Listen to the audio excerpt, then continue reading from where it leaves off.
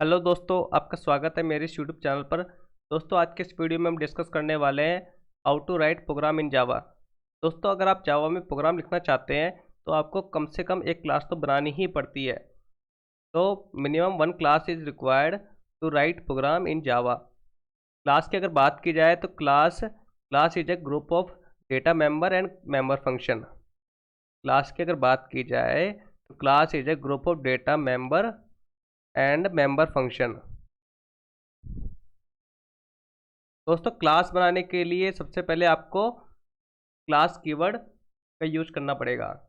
Class is A keyword. Class का keyword का हम यूज करेंगे क्लास बनाने के लिए। इसके बाद हम लिखेंगे class name.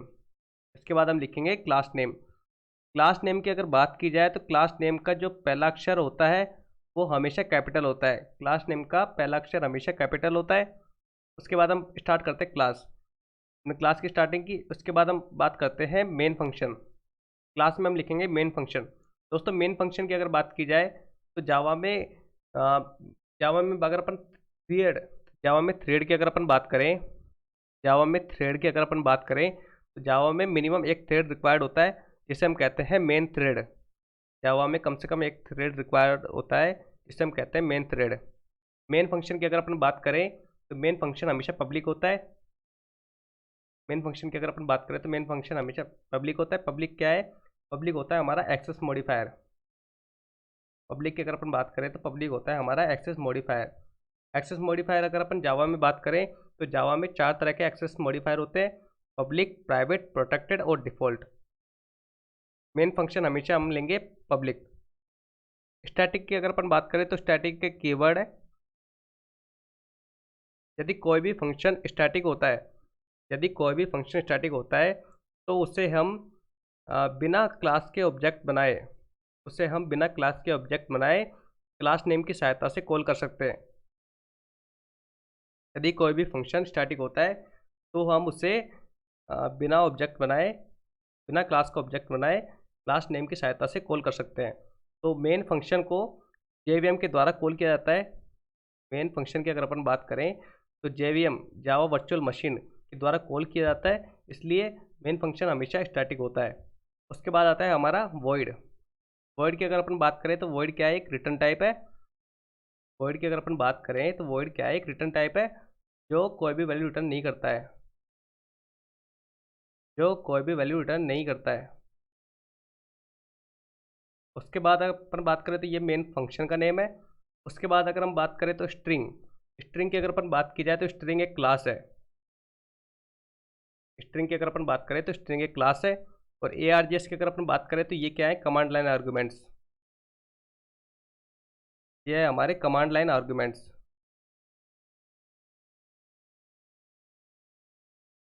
Command line arguments. अगर हम जावा में कोई भी आउटपुट शो करना चाहते हैं तो हम प्रिंट फंक्शन का यूज करेंगे।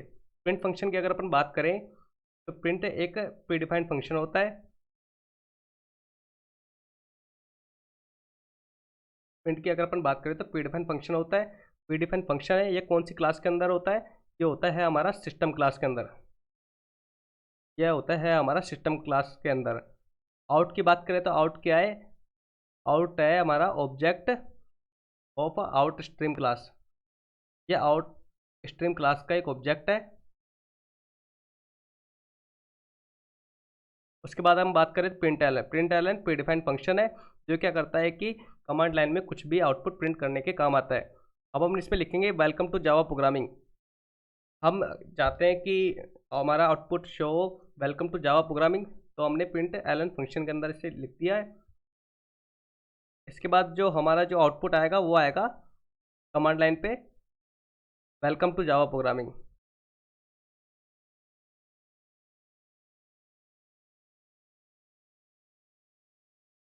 दोस्तों, अगर बात की जाए कि जावा के प्रोग्राम को कंपाइल कैसे किया जाता है, जावा के प्रोग्राम को कंपाइल करने के लिए जावा के प्रोग्राम को कंपाइल करने के लिए हमें लिखना पड़ता है जावा सी।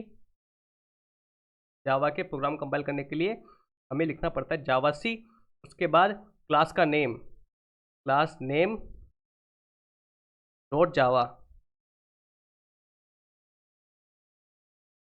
जावा के प्रोग्राम को कंपाइल करने के लिए हमें क्या लिखना पड़ता है, जावा सी, फिर क्लास नेम डॉट जावा। उसके बाद अगर हम प्रोग्राम को रन करना चाहते हैं तो प्रोग्राम रन करने के लिए हमें क्या लिखना पड़ेगा, जावा और क्लास का name, Java class name. Java class name क्या था हमारा, फर्स्ट, तो हमने लिख दिया। इस तरह से जावा में प्रोग्राम लिखा जाता है। उसके बाद हम कुछ इंपॉर्टेंट पॉइंट्स डिस्कस करते हैं।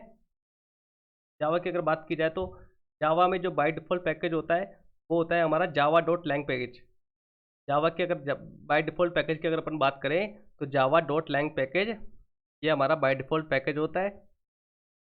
जावा में कम से कम एक थ्रेड रिक्वायर्ड होता है, जिसे हम अपन कहते हैं मेन थ्रेड।